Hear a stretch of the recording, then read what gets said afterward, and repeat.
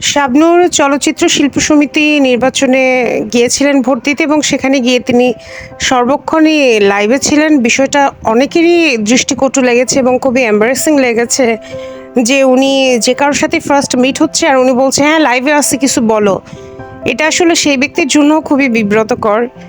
এখন এটা নিয়ে অনেক সমালোচনা হচ্ছে এবং এটা আসলে কেউই ভালোভাবে দেখছে না যে উনি আসলে এখানে এসে ওনার ফেসবুক লাইভ করছেন, ডলার ইনকামের একটা প্রয়াস উনি চালাচ্ছেন। এটা কেমন কথা? এত বড় শিল্পী, এত বড় স্টার, উনি কি ওনার স্টারডমটা আসলে ধরে রাখতে পারছেন না? উনি কিভাবে এই কাজ করতে পারে? আমার যেটা মনে হচ্ছে আসলে যে স্টার, হ্যাঁ, সে তো আসলে নিজেকে নিজে স্টার ভাবে না, তাকে অন্যরা হচ্ছে স্টার ভাবে। এখন বিষয়টা হচ্ছে শাবনূর যখন ফিল্ম থেকে চলে গেছে তখন কিন্তু এত রেষারেষি দ্বন্দ্ব, এই যে সবাই এখন মুড নিয়ে থাকে, ভাব নিয়ে থাকে, এই জিনিসটা কিন্তু বা এই যে ব্যাড পলিটিক্স, এটা কিন্তু আজ থেকে প্রায় ১ যুগ বা ১.৫ যুগ আগে কিন্তু ছিল না। শাবনূর যখন চলে গেছে তখন সবার সাথেই সবার খুবই মানে ভালো একটা সম্পর্ক ছিল। ফ্যামিলি বন্ডিং অনেক স্ট্রং ছিল। সবার সাথে সবার যাতায়াত যোগাযোগ ছিল অন্যরকম। এফডিসি তখন গরম থাকতো। তখন ওই যে ফেসবুক কেন্দ্রিক সেলিব্রিটি তখন ছিল না। ফেসবুকে কার কত ফলোয়ার, কার কত লাইক, কে কাকে খুঁচিয়ে পোস্ট দিচ্ছে, ইন্টারভিউ দিচ্ছে, কে কি বলছে। মোট কথা এই যে এখন যে একটা ফেক ইমেজ ধরে রাখা ট্রাই করে সবাই বা এত ইগো, এত দ্বন্দ্ব, এত অহংকার, এই জিনিসগুলো না মানে ছিল না। তো শাবনূর যেহেতু মাঝখানে প্রায় ১ যুগেরও বেশি সময় দেশের বাইরে ছিল, অস্ট্রেলিয়াতে ছিল, এবং আমরা কি একটা কথা শুনছি কিনা যে যারা হচ্ছে জন্মগতভাবে বড়লোক তারা কিন্তু কখনো অহংকার করে না, কিন্তু যেসব মানুষ হুট করে বড়লোক হয়ে যায় তাদের কিন্তু অহংকারে আর নিচে মাটিতে পা পড়ে না।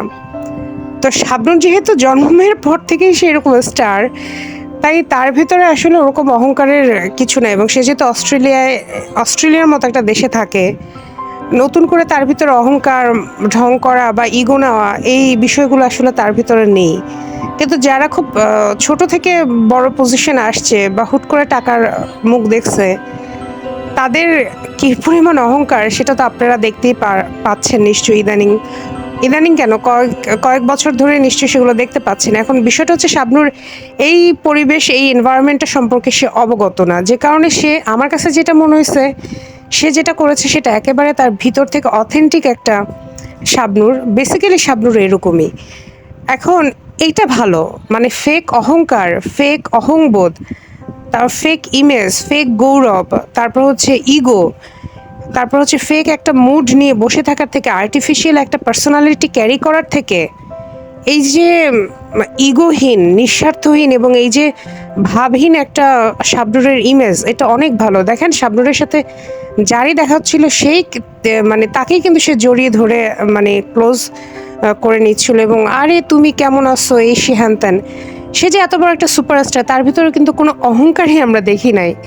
অথচ আজকালকার দিনের সুপারস্টার তথাকথিত যারা নিজেদের নামের আগে কুইন বসায় এবং আরও অনেক অনেক সুপারস্টার, জনপ্রিয় নায়িকা, নায়ক, এসব তকমা যারা নিজেরা নিজেদের নামের পাশে বসায়, আপনি দেখেন তাদের আচার আচরণ দেখেন। আর এই শাবনূর হচ্ছে মাটির মানুষ, ডাউন টু আর্থ। মানে মানুষ আসলে আমরা এরকম সেলিব্রিটি, মানে এরকম মানুষকে তো আমরা পছন্দ করব। তো শাবনূরের লাইভ করা নিয়ে অনেকেই অনেক কথা বলেছে এবং আমার মনে হয় হয়তো ওনাকে একটু শেখালে বা ওনাকে যদি কেউ পরামর্শ দেয় সেক্ষেত্রে হয়তো বিষয়গুলো ঠিক হয়ে যেত। বাট আমার কাছে মনে হচ্ছে এটা ওনার নেচার, এটাই ওনার সাবলীল, এবং মানে উনি সাবলীল, মানে ওনার এটাই ওনার স্বতঃস্ফূর্ততা। এখানে আসলে দোষ ধরারও কিছু নাই। হ্যাঁ, একটা জিনিস খারাপ লাগছে, উনি যেমন সবাইকে তুমি তুমি করে বলতেছিল, কেমন আছো তোমরা বন্ধুরা, এখন এটা আসলে উনি খুবই সরল মনেই করছে, এটা আমি বিলিভ করি। কারণ উনি যেভাবে কথা বলছে তাতে মনে হয়েছে যে এটা আসলে খুবই ওনার সরলতার বহিঃপ্রকাশ। এমন না যে উনি কাউকে ছোট করে কথা বলতেছে, তাহলে তো উনি জড়াই ধরে মানে সবাইকে আপন করে নিত না, তাই না? বরং আজকালকার দিনে অনেকেই আছে সাংবাদিকদেরকে আপনি আপনি করে কথা বলে তাদেরকে অনেক ছোট করে বা তাদেরকে নিজেদের দলে ভাড়ানোর চেষ্টা করে, যে তুমি আমার দলের লোক, তুমি অমুক পক্ষকে নিয়ে সংবাদ করতে পারবা না। বরং শাবনূরের ক্ষেত্রে সে তুমি তুমি করে বললেও তার কথার ভিতরে আসলে একটা স্নেহ সুলভ আচরণ খুঁজে পেয়েছি। এ কারণে শাবনূর সবার থেকে আলাদা। হ্যাঁ, ঠিক আছে, উনি এই যুগের এই সেলফি, এই যুগের এই ফোন, এইসব এইসবের সাথে উনি হয়তো এত পরিচিত না। উনি তো এই যুগের নায়িকাও না। উনি তো আরও এক যুগ আগেই মিডিয়াতে ছিল বা ছেড়েছে। এ কারণে উনি এই যুগের এইসব অ্যাটিটিউডগুলো হয়তো বোঝেনি বা খাপ খাওয়াতে পারেনি, এবং উনি যেহেতু দেশ থেকে অনেক দিন বাইরে ছিল, হঠাৎ করে এসে ওনার কাছে মনে হচ্ছে আচ্ছা এগুলো তো নতুন, সেলফি তোলা, ভিডিও করা এগুলো তো নতুন। কিন্তু এগুলো তো সবাই কম বেশি করে। আজকালকার দিনে সবাই তো ভিডিও করে। কেউ হয়তো তৃতীয় পক্ষ দিয়ে ভিডিও করাচ্ছে, অ্যাডমিন রাখছে। উনি হয়তো নিজেই নিজেরটা করছে। তফাৎ এইটুকুই।